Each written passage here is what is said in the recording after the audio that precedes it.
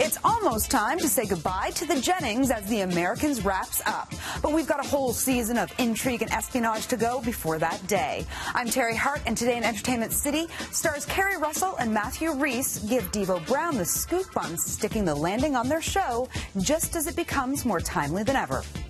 There's trouble back home. What are you talking about? Something came up. One of our couriers went over to the Americans. Season 6, the final season. Is it? For the surprise! No one's told them.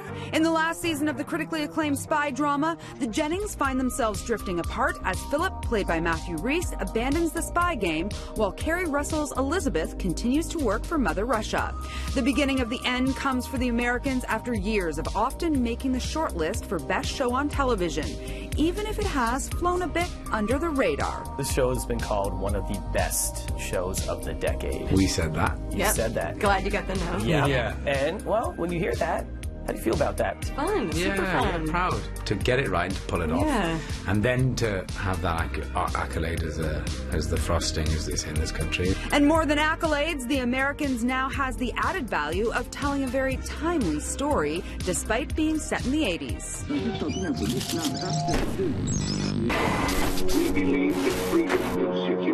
When this show started, did you ever think that it would mirror what's happening in American politics now? I knew it would. That's why I signed on. I remember the press in the first season saying, is Russian interest in America really relevant anymore? And we were like, oh God, we're not going to go past season 1. And then lo and behold, here we are. The plan was the exact opposite. The idea was that things were nice and peaceful and everybody was getting along, so it was perfect time to have a show that was sort of philosophical and reflective about the enemy. It was a good time to humanize the enemy and say we're not so different from these people. And when suddenly, in so many people's minds, they started becoming the enemy again, it sort of screwed up that plan. At the end of the day, we're telling the story that took place in the 80s and not today.